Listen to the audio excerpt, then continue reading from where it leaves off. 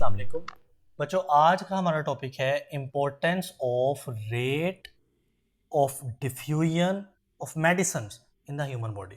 अब देखिए, हमने फॉर एग्जांपल एक मेडिसिन ली है ना, तो उस मेडिसिन में जो मॉलिक्यूल हैं, जो दवाई है, उसकी हायर कंसंट्रेशन है। यानी वो एक टैबलेट है या एक इंजेक्शन है, उसकी कंसंट्रेशन जाहिर है वहीं पे मेडिसिन के अंदर ही हाई है ना। हमारी बॉडी के अंदर वो मेडिसिन नहीं है, तो बॉडी के अंदर उसकी कंसंट्रेशन क्या है, लो है। या किसी की बॉडी में पहले से थोड़ी सी मेडिसिन हो भी सकती है, लेकिन फिर भी वो उस टैबलेट के हिसाब से लो कंसंट्रेशन मानी जाएगी। सो क्या होगा, जब आप टैबलेट लेते हैं, कोई मेडिसिन लेते हैं, तो वो हाई कंसंट्रेशन में होती है, बॉडी के अंदर बेटा वो लो कंसंट्रेशन में होती है। सो मूवमेंट होगी किससे, हाई कंसंट्रेशन से लो की तरफ। इसका क्या नाम रखा हमने, डिफ्यूजन। सो इन शॉर्ट जो मेडिसिन होती है वो भी हमारी जिस्म के अंदर क्या करती है, डिफ्यूज करती है।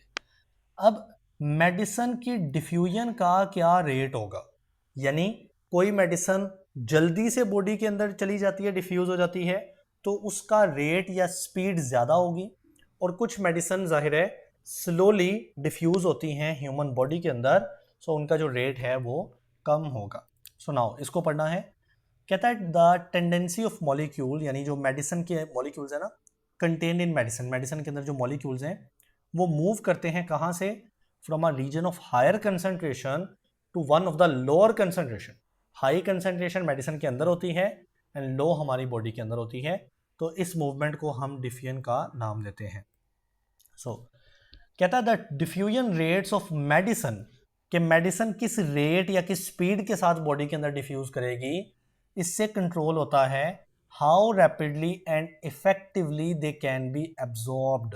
देखें, जब आप मेडिसिन लेते हैं, वो मेडिसिन लाजमी तौर पर आपकी बॉडी के अंदर एब्जॉर्ब होना है, उसने होना है। एब्जॉर्ब होगी तो फिर ही जो है वो अपना अमल करेगी।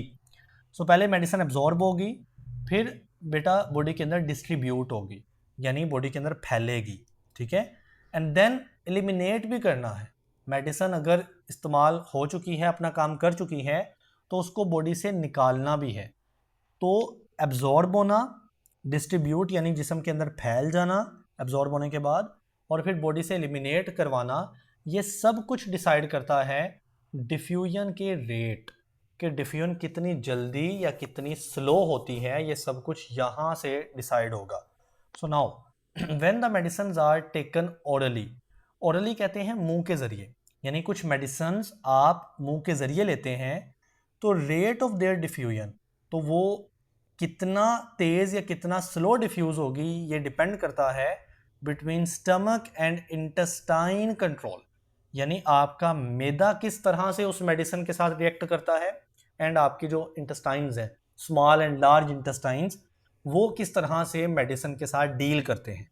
क्योंकि आप मेडिसिन अगर ओरली लेते हैं ना, मुंह के ज़रिए, तो मैंने आपको बायोलॉजी में पढ़ाया है कि मुंह के ज़रिए ली गई खुराक जाती है पहले स्टमक के अंदर एंड देन वो जाती है इंटेस्टाइन के अंदर।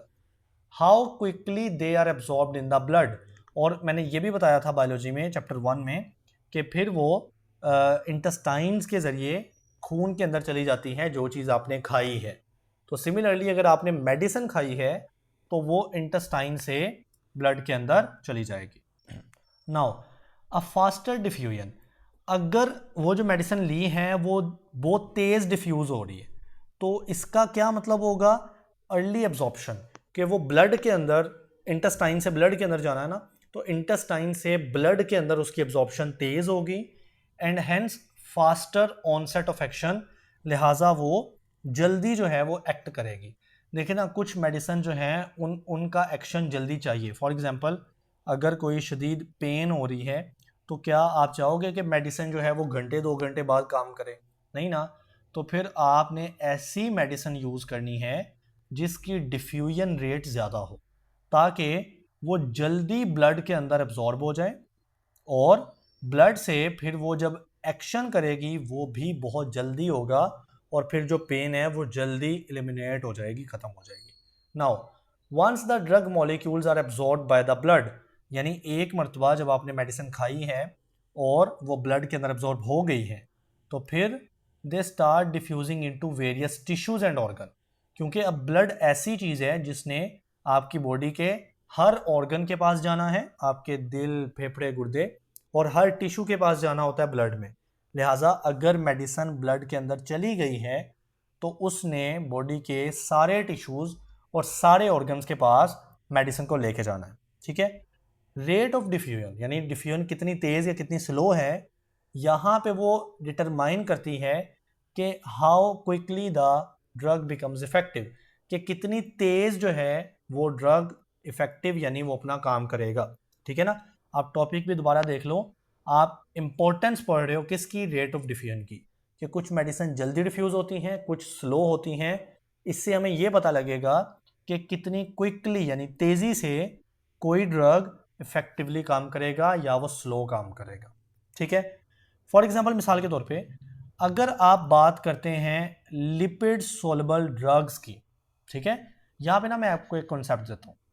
देखें, आपने बायोलॉजी में पढ़ा है कि जो इंसान, हमारे जो सेल है उसकी जो मेम्ब्रेन होती है उसकी स्ट्रक्चर आपने पढ़ी है कि उसके अंदर ना एक लिपिड की बाय लेयर होती है, लिपिड की एक बाय लेयर मौजूद होती है।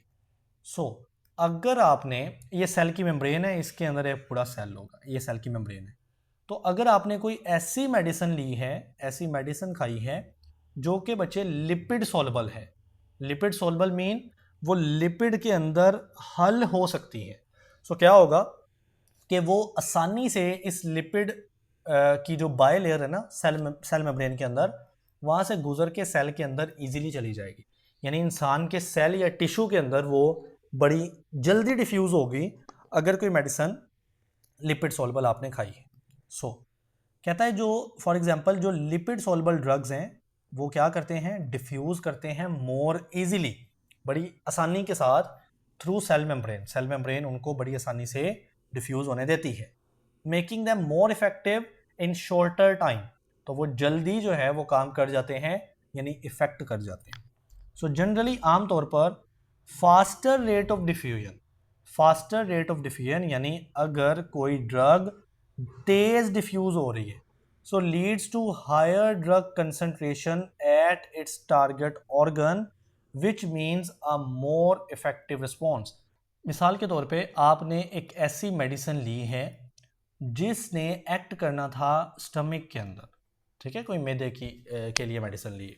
सो अब क्या होगा कि एक और चीज़ समझते हैं कि वो जो मेडिसिन है ना उसका डिफ्यूजन रेट बहुत ज़्यादा है, यानी वो बहुत जल्दी जल्दी या तेज़ी के साथ डिफ्यूज़ हो सकती है। सो आप देखेंगे कि बहुत जल्दी हो सकती है ना, ये डिफ्यूजन रेट ज़्यादा है। सो बहुत जल्द आप देखेंगे कि स्टमक के अंदर इस मेडिसिन की हाई कंसंट्रेशन पहुंच गई है, क्योंकि ये बहुत जल्द है। तो जब स्टमक के अंदर हाई कंसंट्रेशन पहुंच गई है तो फिर ये स्टमक को बहुत जल्दी ठीक करेगी जिस मकसद के लिए आपने वो स्टमक की मेडिसिन खाई है। ठीक है। सो ये है हाई डिफ्यूजन रेट का फ़ायदा।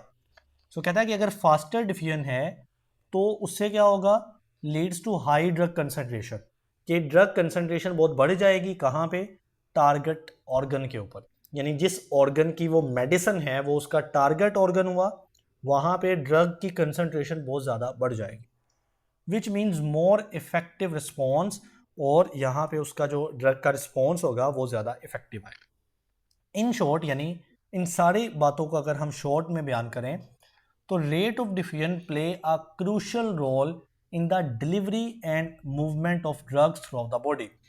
यहाँ पे कह रहा है, फाइनल नतीजा निकाल रहा है कि जो मेडिसिन है ना उसका जो डिफ्यूजन रेट है वो ये हमें बताता है कि वो ड्रग बॉडी के अंदर कितना मूव करेगी, किस तरह से, और कितनी जल्दी या कितनी लेट डिलीवर हो सकती है बॉडी को।